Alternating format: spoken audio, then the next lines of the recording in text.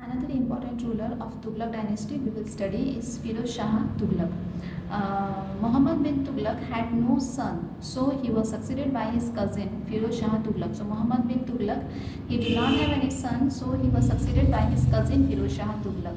Firoz was a pious Muslim, very simple Muslim. He tried to restore law and order in the kingdom. He tried to bring back the law and order in the kingdom because already we studied the chaos and confusion that was in the Tughlaq dynasty because of the failed experiments of Muhammad bin Tughlaq. So he brought back, he restored, means he brought back the law and order in the kingdom. He ruled according to Islamic laws. Firoz Shah Tughlaq was a great builder as he got repaired and dug a number of canals from the Satluj and Yamuna rivers. So he was a great builder. He constructed many canals from the Satluj and Yamuna rivers. These irrigated the nearby land. So with the help of these canals, the nearby lands got irrigated. He set up hospitals for free treatment, and he also built rest houses.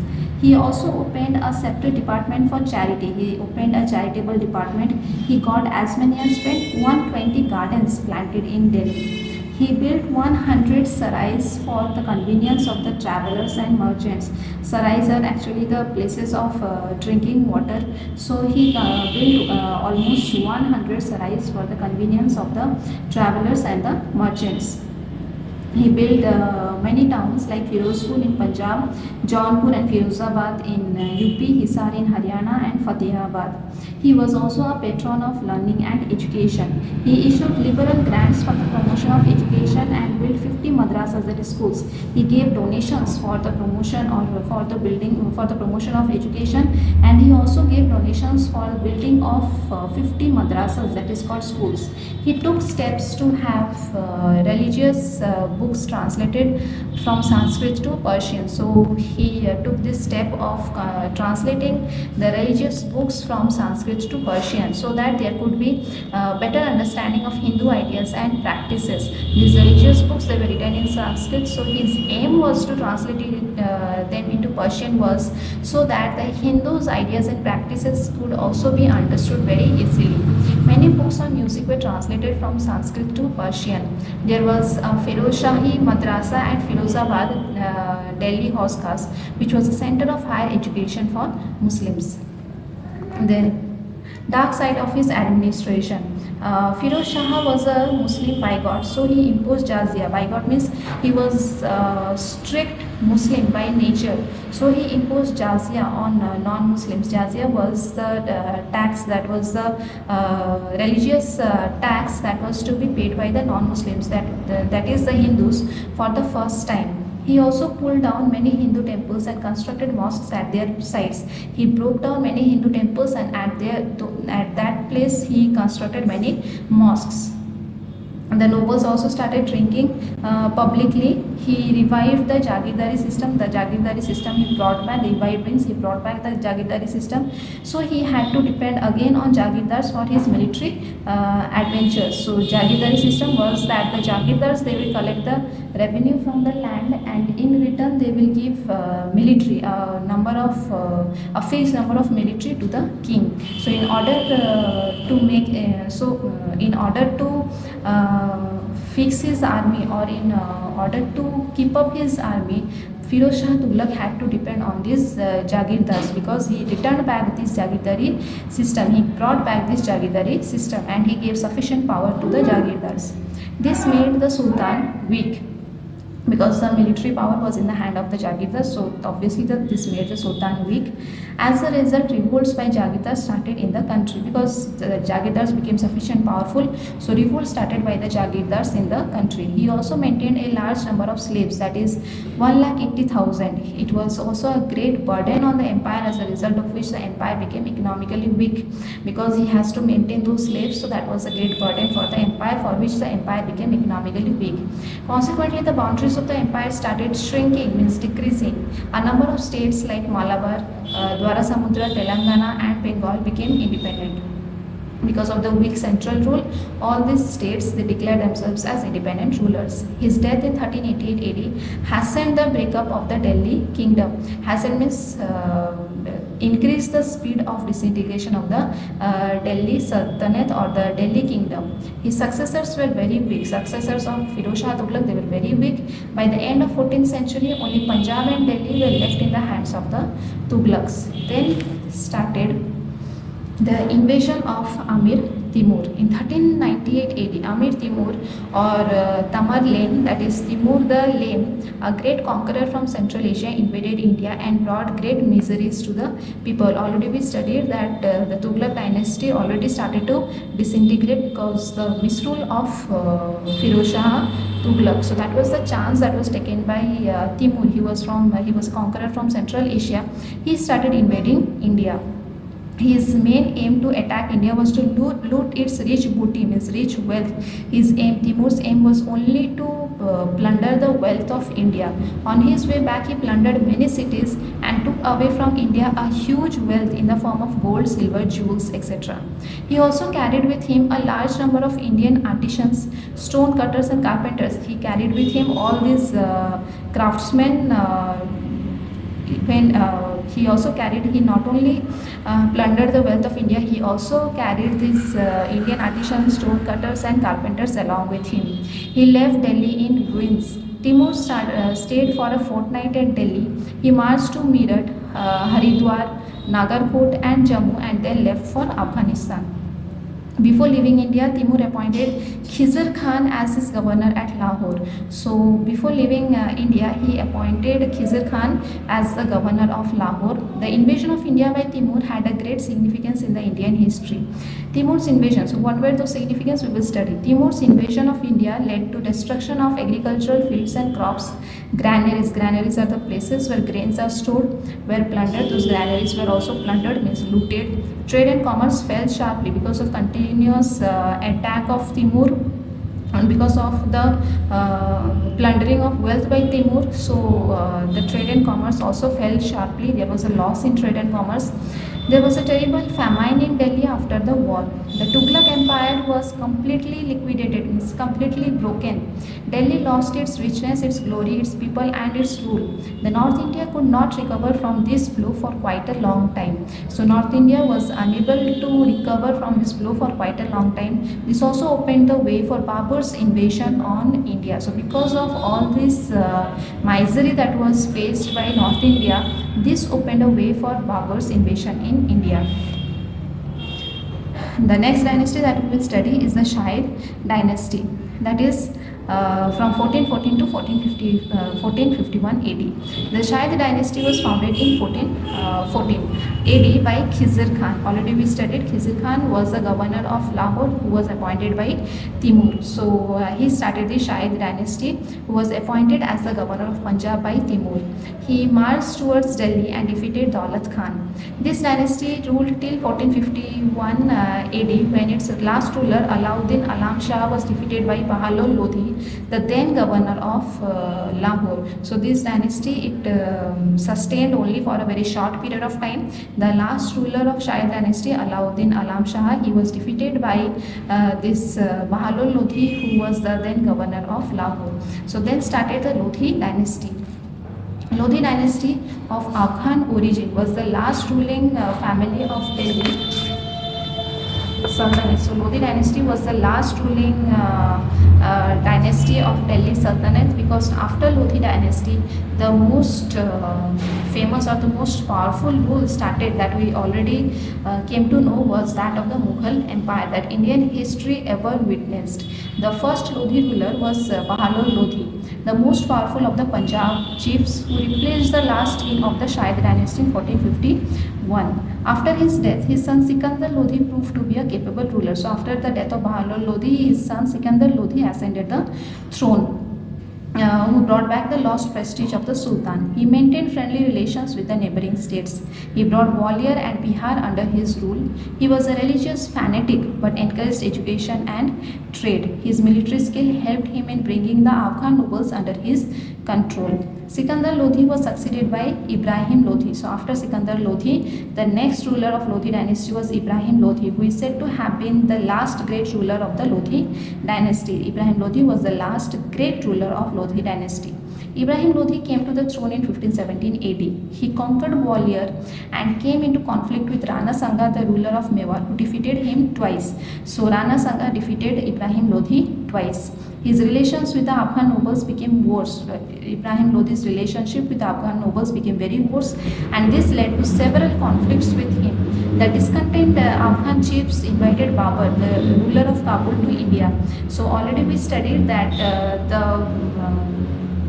the misery of North India paved way for Babur to invade India. So this was the scenario why Babur entered India. The Afghan chiefs, they themselves invited Babur to come into India and defeat Ibrahim Lodhi. So this was the time when Babur came into India, entered into the Indian history to defeat Ibrahim Lodhi, and that was the most important event because that paved the way for Mughal dynasty. Babur defeated Ibrahim Lodhi in the first battle of Panipat in 1526. Ibrahim Lodhi was killed in a fierce fight. There was a very fierce fight between Babur and Ibrahim Lodhi, and Ibrahim Lodhi was defeated. With this defeat, the Delhi Sultanate was laid to rest. The Delhi Sultanate entirely came to an end. The history of India added a new outlook with the coming of Babur. Why? Because that was the beginning of Mughal dynasty in Indian history. Now we will do the question answers. Please write down the question answers in your copy. First is, what is the Sultanate period? We will come to page 32. The Sultanate period heading is given from the period between 1206 till Sultan. From the period between till Sultan. This is the Sultanate period. Answer, that is A1. And the number 2, who was the first ruler of the slave dynasty? You will write down Qutbuddin Aibak was the first ruler of the slave dynasty. Iltutmish had to face many problems. Mention any 2. So for that you will come to page 34. Here are the points. Total 6 points are there. So any 2 points of your choice you will write down. Any 2 points. That was A3. Then A4. Name the female ruler of the Delhi Sultanate. You will write down Razia Sultana was the female ruler of the Delhi Sultanate. Name the Delhi ruler who followed blood and iron policy. You will write down Ghiyasuddin Balban was the Delhi ruler who followed blood and iron policy. Name the Delhi ruler who took various steps to control the prices and the market. Alauddin Khilji was the Delhi ruler who took various steps to control the prices and the market. Who were ulemas? We will come to page 41. Page 41. The ulemas were the scholars of Islamic learning who were generally orthodox in their outlook. This is the answer of A7. Then A8. Name the ruler of Sultanate period who had built sarais. You will write down Firoz Shah Tughlaq was the ruler of Sultanate period who built sarais. Then who was Timur? You will come to page 43.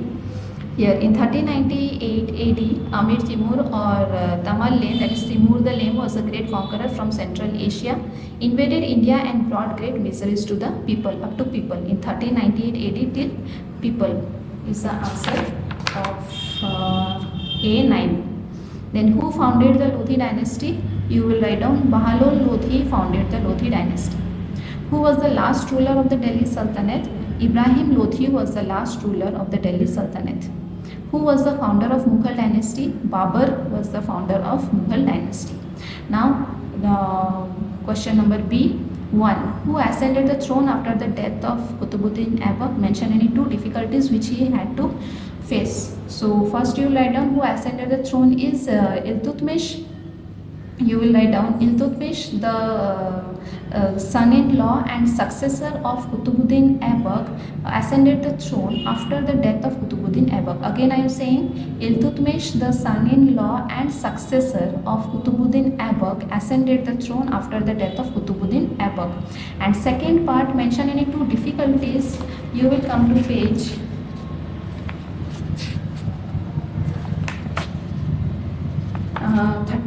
already one answer I have given you for that. So from here you will write down any 2 points of your choice. Here from here any 2 points. So that was B1. Then B2, Balban had to face many problems in order to consolidate the Sultanate. Explain how did he overcome these problems. So for that you will come to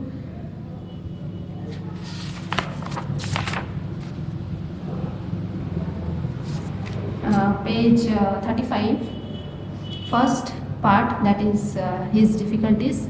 So you will give the heading the difficulties faced by Balban, then point wise. First point, the affairs of the state had fallen into confusion.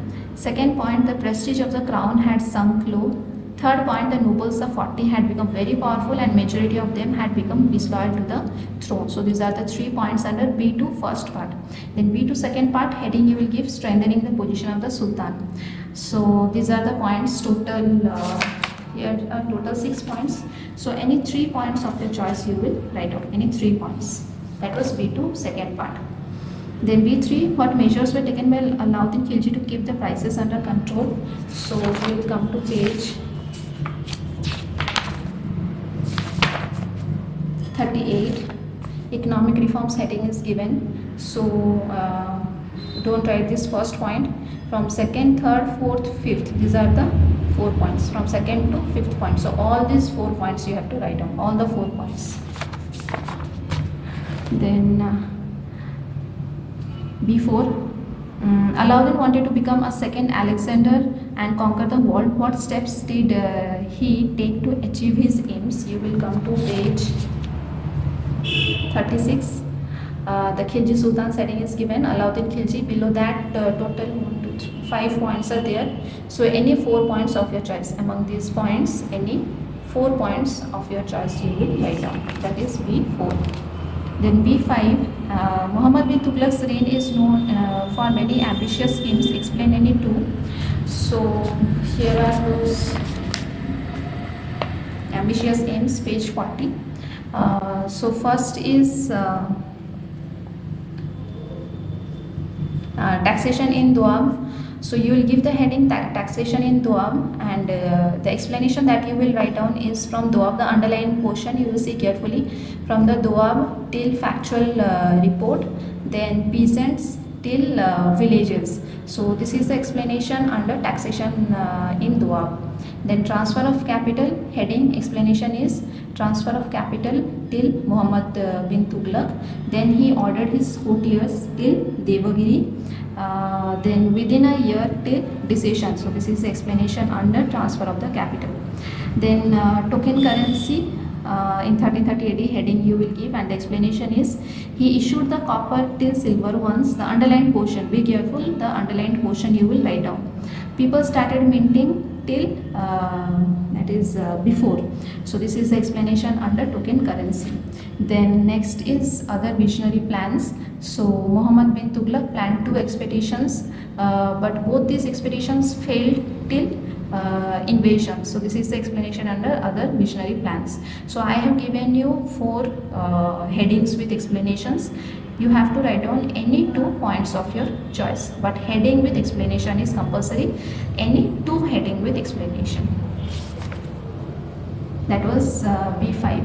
Then B6, analyze the circumstances which proved Mughals to rule over India. That is page 43. Under the heading invasion of Amir Timur. So you will write down point wise. First point, the invasion of India by Timur had a great significance in the Indian history. First point. Second point, Timur's invasion of India led to the destruction of agricultural fields and crops. Granaries were plundered, trade and commerce fell sharply. Third point, there was a terrible famine in Delhi after the war. Then fourth point, Delhi lost its richness, its glory, its people and its rule. So total 4 points. Then we will start with match the following. Qutub Minar, Iltutmish, Malik Kafur, Alauddin Khilji, Timur invaded India in 1398 AD. First slave ruler Qutbuddin Aibak, first Khilji ruler Jalaluddin Khilji. Now we will start with fill in the blanks. Number 1, Khilji dynasty was replaced by Tughlaq dynasty. Number 2, Ghiyasuddin was the founder of Tughlaq dynasty. Number 3, Muhammad bin Tughlaq decided to shift his capital from Delhi to Devagiri or Daulatabad also you can write down. Muhammad bin Tughlaq was succeeded by his cousin Firoz Shah Tughlaq. Then number 5, Qutbuddin Aibak started the construction of Qutub Minar and Iltutmish completed it. Number 6, the first battle of Panipat was fought in 1526 between Babur and Ibrahim Lodhi.